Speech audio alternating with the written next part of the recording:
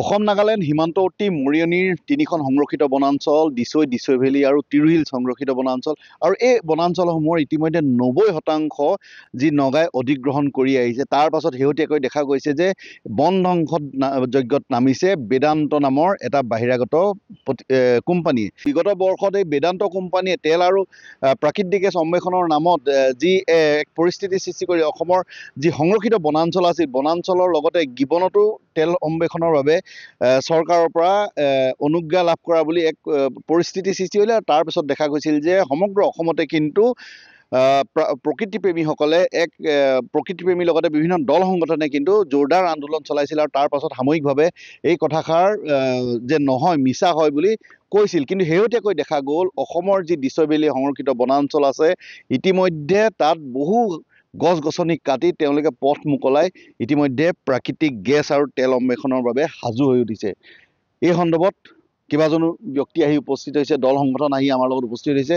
প্ৰথমেই যাম মৰিয়নি এজন বিশিষ্ট ব্যক্তি তথা সমাজক। সমগ্ৰ ঘটনাটোৰ বিষয়ত কি ক'ব? যিহেতু বিগত বৰ্ষত আপুনি আছিলে কিন্তু বেদান্তৰ বিৰুদ্ধে মাত মাতিবলৈ সেই সময়ত কিন্তু আভুৱা ভৰিছিল যে বেদান্ত এই কাম নকৰে, এতিয়া কি ক'ব আপুনি?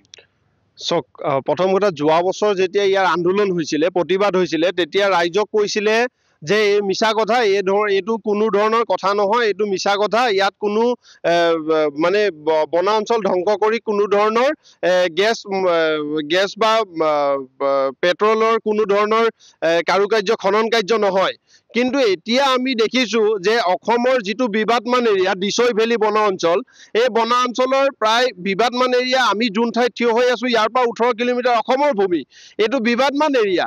ইয়াৰ পৰা 5 কিলোমিটাৰ আঁতৰত আজি নাগালেণ্ডৰ যিটো মানে চোটাফলা গেটৰ পাৰ হৈ বেদান্ত কোম্পানীয়ে ৰাস্তাও নিৰ্মাণ কৰিছে তেওঁলোকে গেছ মানে খনন কাৰ্য আৰম্ভ কৰিবৰ বাবে।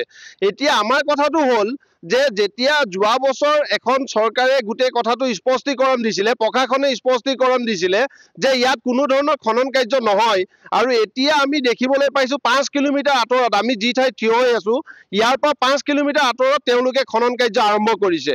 তেনেহলে যোৱা বছৰ যিবোৰ কথা কৈছিলে এই বছৰ সঁচা নে যোৱা বছৰটো সঁচা? এতিয়া প্ৰথম কথা আপোনালোকে স্পষ্টীকৰণ কৰক যে বেদান্তই কিমানটা ঠাইত এই খনন কাৰ্য আৰম্ভ কৰিব আৰু কিমান ঠাইত কৰিব এই কথা আপোনালোকে স্পষ্টীকৰণ কৰক। কাৰণ যোৱা বছৰ যেতিয়া আমি 13 ঠাইত এই খনন কাৰ্যত আৰম্ভ হ'ব বুলি আমি কৈছিলো, আৰু এতিয়া তেওঁলোকে কাম আৰম্ভ কৰিছে, ৰাস্তা পথ কাটি বনাঞ্চল ধ্বংস কৰিছে, ৰাস্তা নিৰ্মাণ কৰিছে। তেতিয়াহ'লে ইয়াৰ আপোনালোকে স্পষ্টীকৰণ প্ৰশাসনে, জিলা প্ৰশাসনে এটা স্পষ্টীকৰণ দিবলৈ কাৰণে আমি দাবী জনাইছো। হয়, নিশ্চয়কৈ। আচলতে এটা কথা ক'ব লাগিব যে অসমৰ যি সংৰক্ষিত বনাঞ্চল আছে তাৰ পৰা আচলতে যি অসমৰ লোক আছে তেওঁলোকে যদি এজোপাও গছ কাটে কিন্তু তেওঁ কাৰাগাৰ আলহী হয়, যথেষ্ট তৎপৰতা দেখায় বন বিভাগে হওক বা প্ৰশাসনে, আৰক্ষী প্ৰশাসনে হওক। কিন্তু বেদান্ত নামৰ যি বাহিৰাগত কোম্পানী আছে সেই কোম্পানীয়ে হাজাৰ জোপা গছ কাটি পথ মুকলি কৰিছে, তাৰ পাছতো কিন্তু কাণ সাৰ নাই কোনো বিভাগীয় কৰ্তৃপক্ষ। আচুৰ বিষয়বোৰ আছে, কি ক'ব? হয়, মৰিয়নি দিছৈ ভেলী সংৰক্ষিত বনাঞ্চলত বেদান্ত অইল এণ্ড গেছ কোম্পানীয়ে যি অবৈধ খনন কাৰ্য চলোৱা প্ৰস্তুতি কৰিছিল তেতিয়াৰ পৰা আমি ইয়াত আন্দোলন কৰি আছিলো। কিন্তু আন্দোলন কৰি থকা পাছতো মৰিয়নি গিবন অভয়াৰণ্যৰ লগতে এই দিছৈ ভেলী সংৰক্ষিত বনাঞ্চলৰ প্ৰতি ভাবুকি সৃষ্টি কৰিব পৰা আমি কোনো কাৰ্য ছাত্ৰ সন্থাই আমি মানি নলওঁ। আমি পোনপ্ৰথমে এই বিষয়টো ধিক্কাৰ জনাইছো। তেওঁলোকে যিটো যধে মধে যিটো অবৈধভাৱে অতি সংগোপনে আহি তেওঁলোকে খনন কাৰ্যৰ কাৰণে যি প্ৰস্তুতি চলাইছে সেই বিষয়ে আমাক পোনপ্ৰথমে জিলা প্ৰশাসন, অসম চৰকাৰক আমি স্পষ্টীকৰণ দিবৰ কাৰণে আমি অনুৰোধ জনাইছো।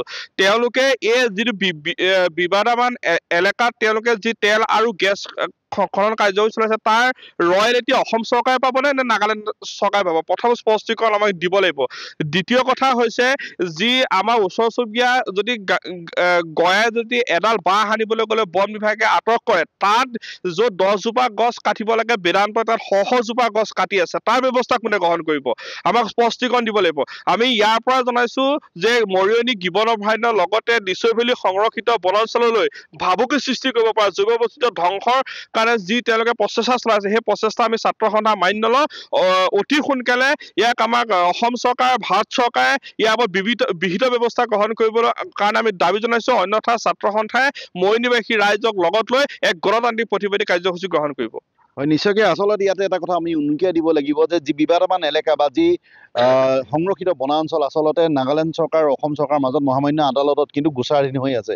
তাৰ পাছতো বেদান্ত নিচিনা এটা বাহিৰাগত কোম্পানী কেনেদৰে এই বন ধ্বংস কৰি পথ মোকলাবলৈ সাহস পালে সেয়া কিন্তু এই বৰ্তমান সময়ত অতি চিন্তনীয় বিষয়।